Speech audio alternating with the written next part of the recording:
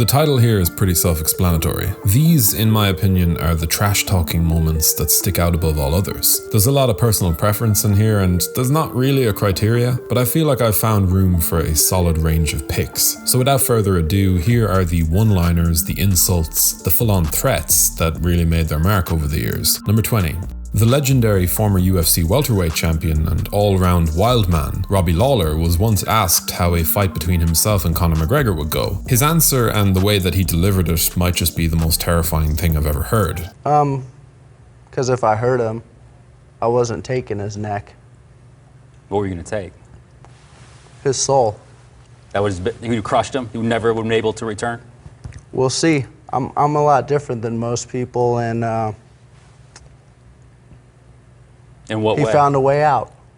Robbie's a pretty soft-spoken guy, but to be honest, it's actually that fact that made this line even colder. Number 19. Yoel Romero is one of the most intense human beings to have ever set foot in the UFC octagon, and for that reason he doesn't really need to say that much to project a lot of energy. And when he managed to destroy Chris Weidman with a flying knee and then proceeded to roar at then-champion Michael Bisping, only to tell him that he loved him,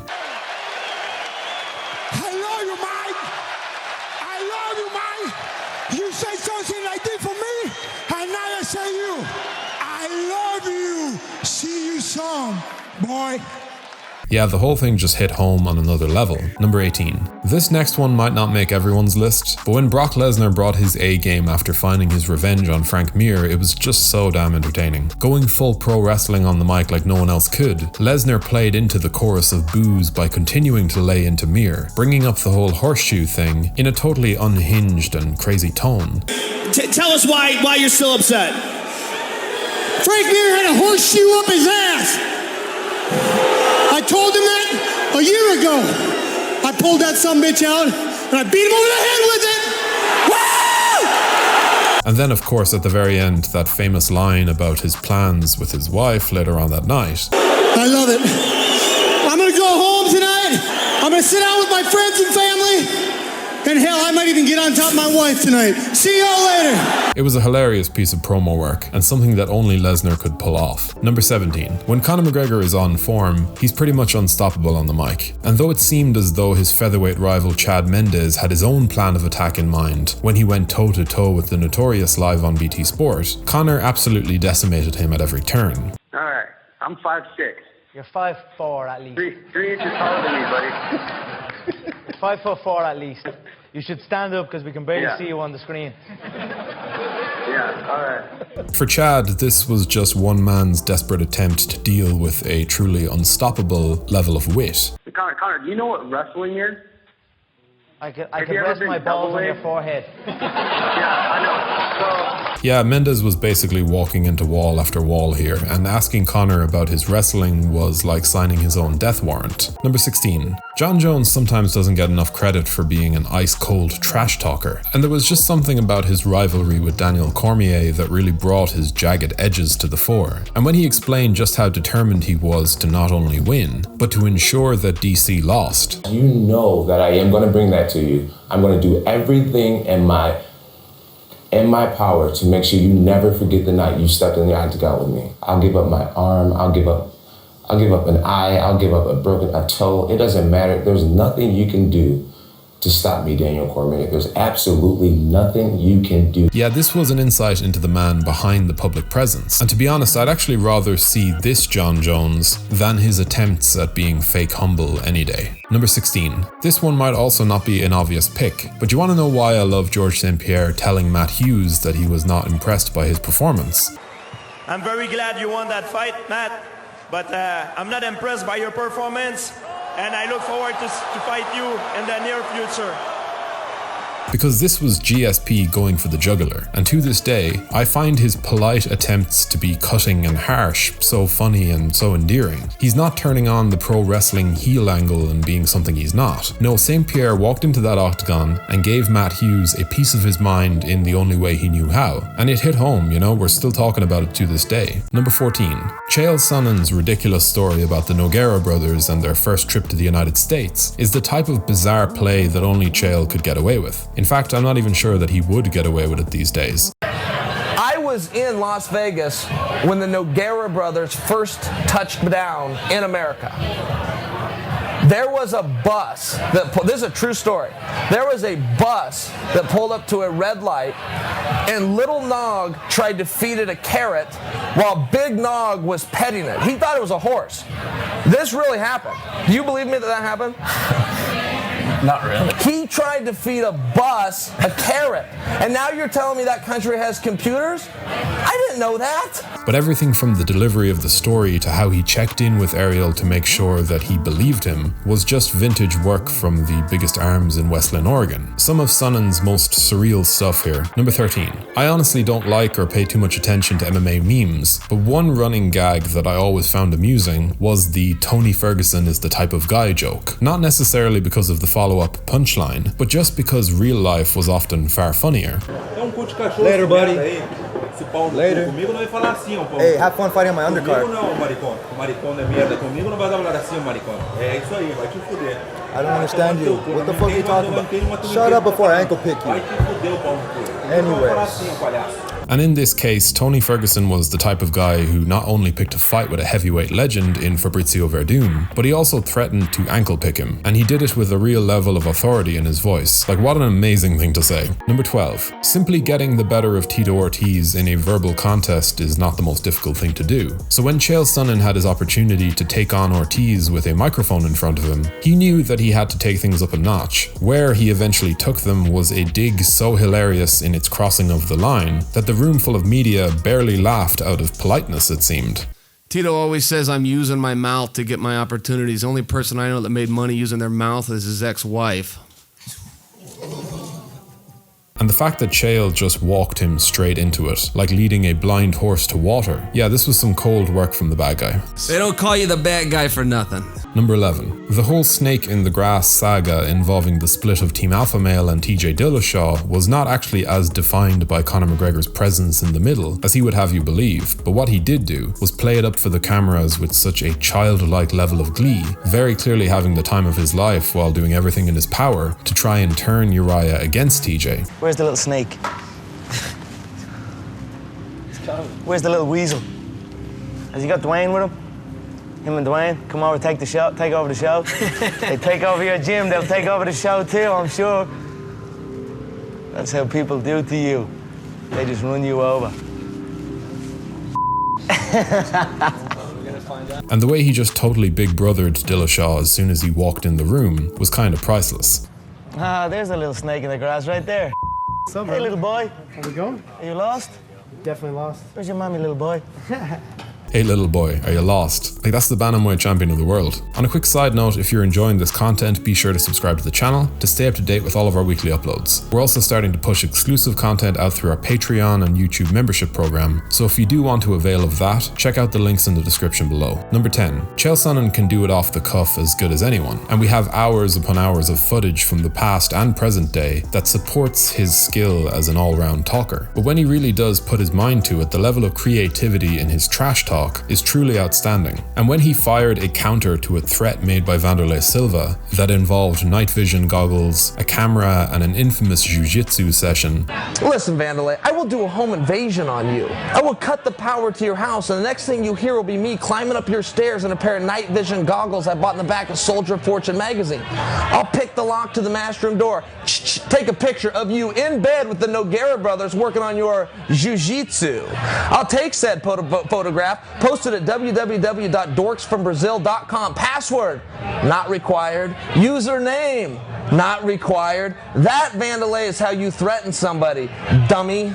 He once again proved himself to be in a league of his own at what he does. Number 9. Nick Diaz didn't talk trash, and like his brother Nate, he was very rarely actually trying to be funny, even less so than Nate does. But more often than not, Nick proved himself to be the most unintentionally hilarious person in the fight game, gifting us with some of the greatest one-liners in the sport. And when he entered the cage to call out his rival KJ Noons for a rematch of their first fight, he only needed 4 short words to solidify himself some promo material for life. Nick, one comment, man, one comment. No, don't be scared, homie. Okay, first of all, That takes real skill, and Nick Diaz manages to do it effortlessly. Number 8. This one is an underrated gem in Chael Sonnen's hefty back catalogue. I'm a sucker for wordplay and a clean flow when it comes to good trash talking, and when Chael gets going in this rant, he takes aim at Anderson Silva's injured rib, and from there he segues flawlessly into a vintage Chael Sonnen threat. I'm gonna stomp you this time the same as I did last time. You can complain about your rib. I'm sure your rib did hurt. Your rib is inside of a coward. That's the problem your rib's got. It's got the same problem your hand and feet have. They're attached to you, dummy. To be honest, I could probably fill all 20 spots on this list with clips from Uncle Chael if I really wanted to. Number 7. Look, this might be Michael Bisping's first appearance on the list, but the man was very clearly one of the all-time greats when it came to his ability to concoct a soundbite, and Luke Rockhold managed to get himself totally ruined by Bisping in this press conference long before that left hook robbed him of his title. People strive to achieve things and some people strive to hate. You know, if you think something, the likelihood of it happening is very slim. If you believe in something, if you know something is going to happen, if you're confident in that situation, you will achieve things in life. That's how you overcome things. That's how you put yourself out there. You believe it and you achieve it. And that's what I do. I know what I'm going to do. I know that I'm better than this. Sounds like I know that I'm going to knock him out. You've ever read. Conceive, believe, achieve. Shut the fuck up. Listen. This one was just about the attitude of the Count, the total dismissiveness of everything Rockhold was trying to project, the immense quotability of the line itself. It's just a total masterstroke of vulgarity from Michael Bisping. Number 6. There was just something unique about Conor McGregor during that period of time right after he won featherweight gold. He was able to sit up there on that stage and tell every single person who sat with him that they would kill for the opportunity to even be mentioned in the same sentence as him. I can make you rich. I change your bum life. You fight me, it's a celebration. When you sign to fight me, it's a celebration. You ring back home, you ring your wife. Baby, we done it. We're rich, baby. Conor McGregor made us rich. Break out the red panties. We're rich, baby. So don't say you would not take that fight, because you would take that fight like everyone else up here would take the fight against me if it was offered, regardless of belts or any of that shit. I'm the money fight in the male shit at all weight divisions, so fuck everybody else up here. And he was pretty much right, something that gave him an oddly effective level of power within the sport. And that red panty line he hurled at Rafael dos Anjos was maybe the most hilarious way he could have ever articulated that point. Number 5. Has there ever been a more well-timed and well-executed call-out in MMA history that managed to pay dividends quite like Nate Diaz's post-fight attack on Conor McGregor? How do you feel about it? Fuck that. Conor McGregor, you're taking everything I work for, motherfucker. I'm gonna fight your fucking ass. You know what's the real fight? What's the real money fight is me, not these clowns that you already punked at the press conference. Don't no one want to see that. You know you beat them already. That's the easy fight. You want that real shit right here. It truly was perfect on so many levels. Nate's career had really plateaued at this point, and in McGregor's rise, he saw acceptance from the masses that he felt entitled to a slice of. And all that angst and frustration came out in the perfect post-fight interview after a dominant and attitude-filled showing against Michael Johnson. And sure, a bit of luck was involved with Rafael dos Anjos pulling out due to injury, but this call-out allowed Nate to take the fight, armed with a promo for the ages. Number 4. It almost feels wrong to call this one trash talk because, again, Nick Diaz is very clearly not playing into the usual back and forth pre-fight game. In fact, by calling Georges St-Pierre out for his own attempts to paint him within a certain narrative, Nick is doing a better job at coming across as genuine than ever before. They like to make me look like the bad guy. George likes to say I remind him of the bullies that picked on him growing up or they had to deal with. You know, I want to say, like, how many times you had a gun to your head, George? How many times someone put a gun to your head? How many of your best friends been shot through the chest with a .45?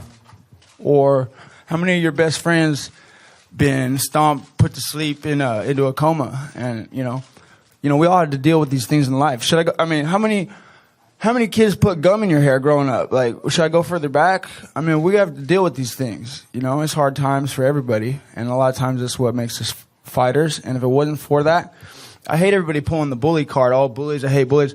You know, I doubt he was ever a hopeless person.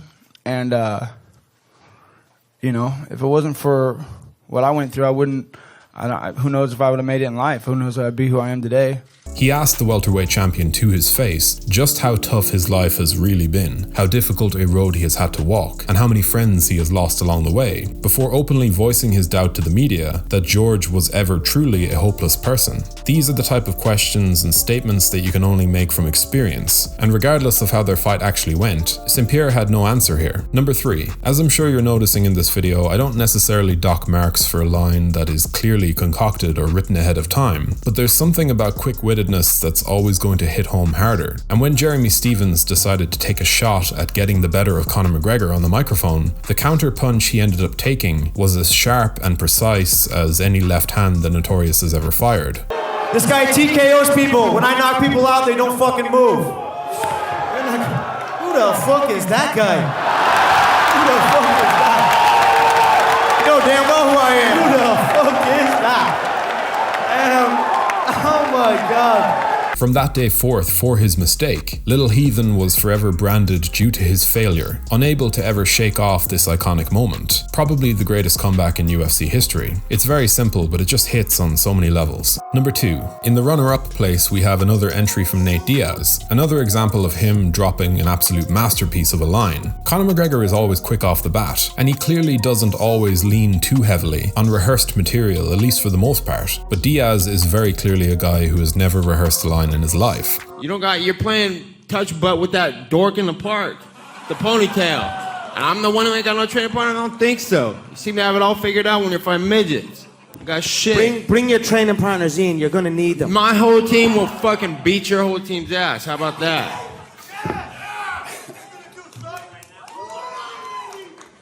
A JV squad on my team will beat your team's ass.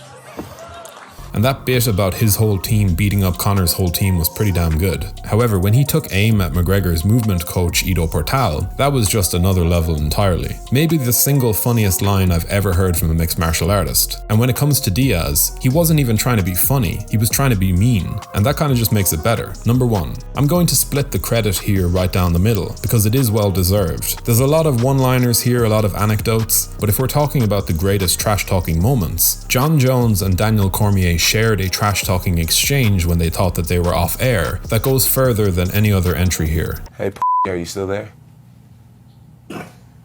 I'm here. Yeah. I'm here. You are just the fakest person. I actually admire that you can actually be this fake and like when the TV comes on, how you can just change. It's like you're a chameleon. Hey, listen, it's awesome. I'm a professional. It is unbelievable. It's unbelievable. The fact that you're a hasn't changed. It's unbelievable. It's unbelievable how fake you can really be. Like, you are just such a fucking pussy. My God. It is amazing. It is amazing. But you know what? Hats off to you. You got a great PR person. Because they do a great job with training you because you are just terrible. You're the fucking scum of the earth. You are a terrible human being, but you can sure turn it on, huh? Thank you. God, you fucking suck. I wish they would let me next door so I can spit in your fucking face.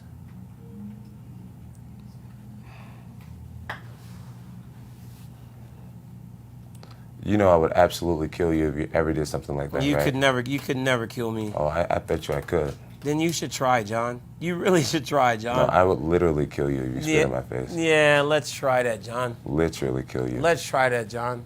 I'm not saying I would fight you. I said I would kill you if John, you did some do you stupid think? shit like that. So, John, do you think I'm just gonna sit there and let you kill me, John? I mean, really? It's not just that John told DC that he would actually kill him, or that nearly every line here has become iconic in its own way. It's not even the fact that this stood as our first major glimpse at a totally different shade of John Jones's character. All of those things matter, but it's the fact that you actually buy this tension far more than all 19 previous entries combined. Yeah, this one just ticks far too many boxes to put any lower than the first spot. Anyway, that'll just about do it for this video. But how do you think we did with our picks? And what's your own personal favorite trash talking moment of all time, or even a top 5 or top 10. If you do want to help in supporting the channel, liking the video and subscribing would do wonders. As always, thank you for watching.